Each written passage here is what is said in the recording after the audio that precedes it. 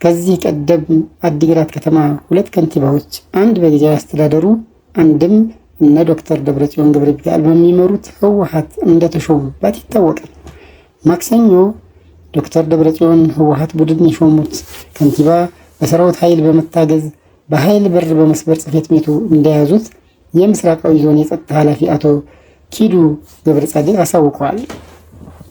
አቶ ኪዱ ገብረጻድቅ እንዳሳወቁት የሰራዊቱ አመራሮች በምክር ቤት ለተመረጠው ከንቲባ አስረክቡ በማለት ወደ ከተማዋ ሰራዊት አስገብተዋል። ወደ ከንቲባ ጽሕፈት ቤትም በኃይል ገብተዋል። ቁልፍ የላቸውም፣ ሰብረው ነው የገቡት ብለዋል።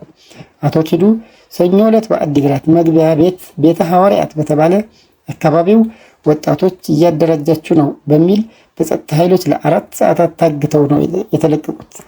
ማክሰኞ ቁልፍ ሳይኖራቸው በሩን ሰብረው ገብተዋል የተባሉት አቶ ረዳኢ ገብረ እግዚአብሔር ሰብረን አልገባንም ብለዋል።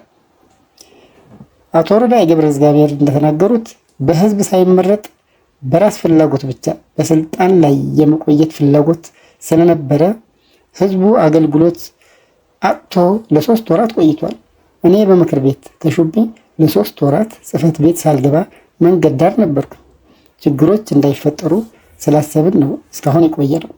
አሁን ሰብረን አይደለም የገባ ነው።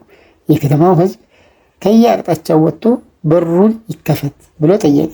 መልስ በማጣቱ ገፍቶ ነው የገባው። በዚህም ወደ ጽሕፈት ቤቱ ገብተናል ብለዋል።